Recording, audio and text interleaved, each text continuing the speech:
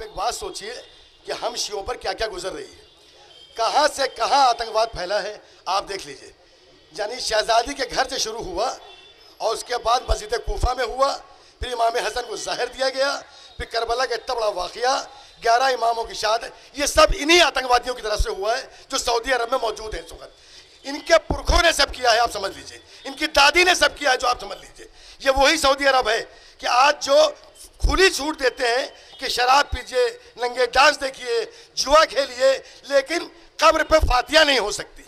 आप जरा सोचिए, जो दुश्मनी 1400 बरस से शुरू हुई थी वो आज तक चली आ रही है। आज अगर अहले बैत अलैहिस्सलाम नहीं है और हमें जिंदा इमाम पर्दे में है, मगर वो दुश्मनी शियों से पूरी की जा रही है, चाहे वो यमन हो, चाहे पाकिस्तान हो, चाहे सऊदी अरब हो, कहीं कोई हो, शिया इनको बर्दाश्त नहीं है। और यहाँ जो CID IB के लोग, लोकल इंटेलिजेंस, तो समझ लीजिए, आपने चैनल देखा होगा, अब हम बहुत बड़े खतरे में हैं इस वक्त। बहुत शिया तो हमेशा खतरे में रहे, मारे गए, कुर्बानियाँ हमारी दी गई, हम लेते रहे, देते रहे कुर्बानियाँ, उसकी कोई फिक्र नहीं है। लेकिन आप समझ लीजिए, ये आतंकवाद जो मुसलसल 1400 बरस से फैल रहा है, जिसने पूरा भरा घर अहले बैत अलैहिस्सलाम का पूरा कुर्बान हो गया, इसी सिलसिले में हमले कर करके इन्होंने मार डाला। आज वही हिंदुस्तान में फौज जमा रहे हैं कश्मीर में। आपने आज चैनल देखे होंगे, कल जो 4 आतंकवादी मारे गए हैं वो ISIS के हैं, डाइश के अबू बकर बगदादी के हैं। आप समझ लीजिए कि कश्मीर का शिया, हिंदुस्तान का शिया, जहाँ एक तरफ हिंदुस्तान खतरे में है, वहाँ शिया कम्युनिटी भी खतरे में है। आप समझ लीजिए, ये वही डाइश के लोग मारे गए हैं जो इराक से भगाए गए, जो वहाँ मारे गए। ये अबू बकर बगदादी की पूरी फौज अब पाकिस्तान से यहाँ है। आप होश में रहिए और कश्मीर के शियों के लिए दुआ कीजिए, क्योंकि उनको शिया बर्दाश्त नहीं है। आप समझ लीजिए, उनको शिया बर्दाश्त ही नहीं है। 4 आतंकवादी ISI के मारे गए हैं इस कश्मीर में, उन्होंने यहाँ पैर जमाना शुरू कर दिया है। उनकी नज़र में अब शिया बर्दाश्त नहीं है। कभी वो काफिर का फतवा दे देते हैं हमको, कभी कहते हैं क्या इफ्तार मत जाइए, ये नजीस होते हैं। अम्मा नजीस तो तुम्हारी अम्मा है और नजीस तुम्हारे बाप है? हमसे कहते थे कि ईरान में एक फौज तैयार हो रही है और हम यहाँ इमाम के लिए लड़ने के लिए तैयार है। वो इमाम की फौज, अरे अंधो, जाहिलो, बेवकूफ़ो, ज़हूर इमाम का सऊदी अरब में होगा कि ईरान में होगा? वहाँ क्यों फौज तैयार होगी? अम्मा इमाम तो तुम्हारे सर पे आएंगे, खाने काबा की छत पे, वहीं मारेंगे तुमको आके। तो ईरान में फौज क्यों तैयार होगी? फौज तो यहाँ भी है, देख धूप में खड़ी हुई है। हर शिया अपनी शहजादी का बच्चा है, हर शिया अपनी शहजादी का बच्चा है, हर शिया इमाम का गुलाम है, उनकी फौज का है सिपाही। अम्मा हम तो आतंकवादी पूरी दुनिया में नहीं, हमारा तो रिकॉर्ड है, शिया आतंकवादी को संगठन है ही नहीं, हम तो लड़ रहे हैं।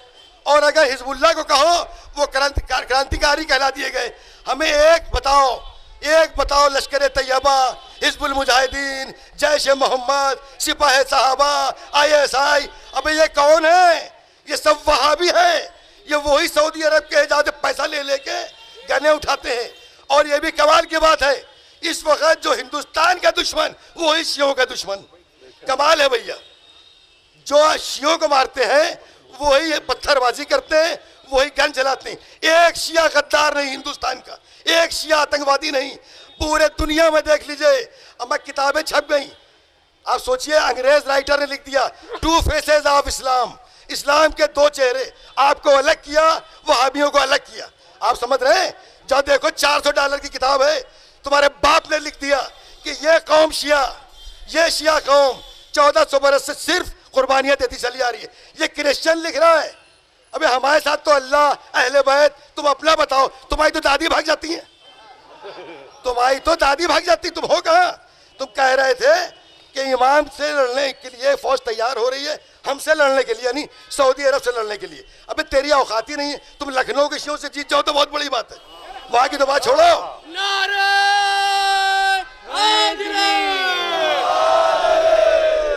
और कोई मिसाल नहीं, हम शिया हैं, जो लोग गैर शिया वो समझ लीजिए, इस कौम की मिसाल ही नहीं, 1 नंबर का मजहब, कोई जरा सा कहीं लोचा नहीं, 1 नंबर की कौम, दिन भर मेहनत करे, रात भर मेहनत करे, उसके बाद अदादारी करे, अपने रोज़े तामीर कराए। और दुआ कीजिए ऐसे अपने रहबरों को, यासूब अब्बास साहब जैसे जिन्होंने इस कोने को भी संभाल के रखा। इनके वालिद कह गए थे कि यह मत छोड़ना, बागे फिदाक, गदीर, बाकी ये मिर्ज़ा मोहम्मद अतर साहब कह गए थे। अम्मा उन्होंने ज़िंदगी भर कभी कंप्रोमाइज़ दुश्मनाने अहले बैत से किया ही नहीं। इसीलिए जनाजा और मरना और जीना ऐसा हुआ कि जनाजा दफन भी नहीं हुआ, प्राइम मिनिस्टर का कंडोलेंस मैसेज आ गया। क्यों? शहजादी खुश थी। हम शिया हैं, हमें तो शहजादी को खुश करना है, हमें ना इलेक्शन लड़ना, ना नेता, ना मिनिस्ट्री, भैया हमें रोने दो। और आज इस खबर का इंशाअल्लाह इंशाअल्लाह हमारी जिंदगी में बनेगी इंशाअल्लाह। आप देख लीजिए, ये कांप रहे हैं, सोचते हैं एक हुकूमत ईरान की पक्की हो गई, दूसरी इराक की पक्की हो गई, तीसरी सीरिया का मामला हो रहा है, यमन का मामला हो गया, तो भैया हम किस कटहरे जाएंगे? अम्मा तुम जाओ शराबे पियो, अय्याशियाँ करो, जो तुम्हारी किस्मत में तुम्हारे बाप दादाओं ने किया है, तुम्हारे पुरखों ने किया, खिलाफत के बाद भी पीते रहे हैं।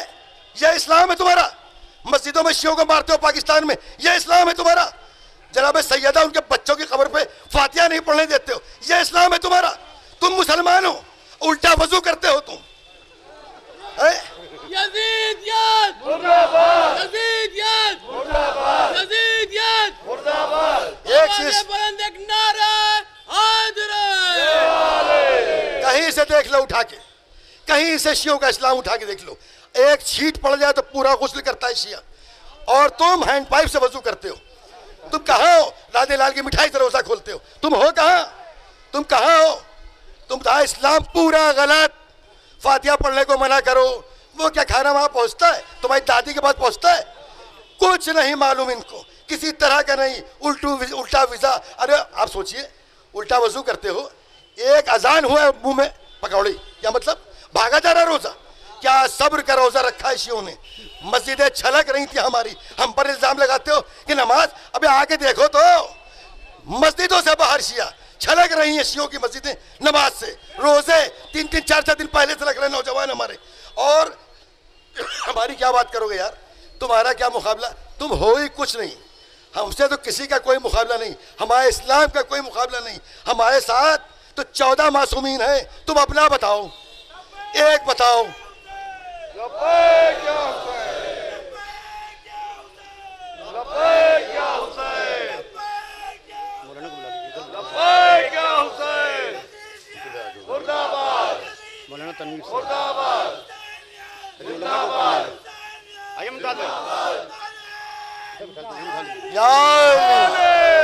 आप समझ लीजिए, कहीं से कोई गड़बड़ नहीं।